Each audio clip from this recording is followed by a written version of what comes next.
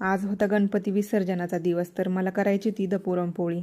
मग मी पुरणपोळीची तयारी करत होते, तर मागं बघत होतं इकडं चाललं होतं मंडळाच्या गणपतीची विसर्जनाची तयारी. कारण की ते बोलले की छोटे छोटे पोरं असतात विसर्जनाला येतात ना, मग नदीजवळ भीती वाटते म्हणून लवकर काढायची. मग मी काही गेले नाही, कारण की ना मला इकडं पुरणपोळी पण करायची होती आणि मोदक वगैरे पण करून ठेवायची, सगळी तयारी करायची होती. आम्हाला पण विसर्जन करायचं होतं ना. मग नंतर इकडं गणपती बाप्पांना मी पुरणपोळीचा नैवेद्य वगैरे दाखवून घेतला.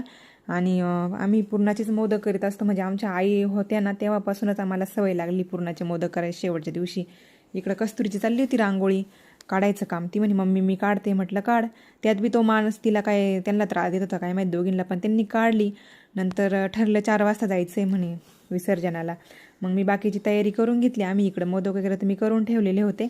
आणि नंतर मग आम्ही घरात आरती घेतली आणि आम्ही बाहेर पण आरती घेत असतो, म्हणजे तुळशीजवळ ठेवत असतो. गणपती बाप्पा घरात हलवले की परत बाहेर तुळशीजवळ ठेवायचे आणि तिथं पण आरती घ्यायची निघायच्या वेळेस. मग आम्ही इकडं आरतीची तयारी केली. नंतर आरती वगैरे झाली. मग नंतर सगळेच निघणार होते, म्हणजे गल्लीतले ना 5-6 गणपती आम्ही सोबतच जाणार होतो. ते आम्ही ठरवलंच असं होतं की आपण जाऊ सगळे सोबत. मग 4-5 जण झाले होते इथं, पण बाकीच्यांचे आम्ही इथं वाट बघत होतो. पण मावशींचं काही चाललं होतं इथं गुलाल टाकायचे का. मावशी म्हणणे टाकावं लागतं, सगळ्यांच्या अंगावर थोडासाच होता, पण त्यांनी सगळ्यांच्या अंगावर थोडा थोडा टाकला. नंतर इथं वाट बघत बसलं. नंतर आले मग 1-2 जण राहिलेले. असे आम्ही 5-6 गणपती चाललो होतो नदीवर.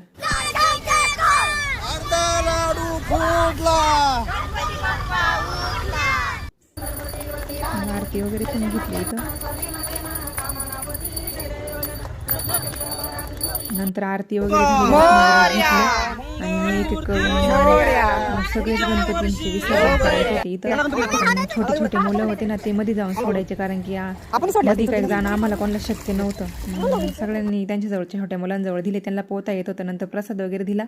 इकडं गावातले गणपती मंडळाचे गणपती चालले होते एक एक करून नदीकडं. नंतर गल्लीतले पण तेले गल्लीतल्या गणपतीचं पण विसर्जन करायला आम्ही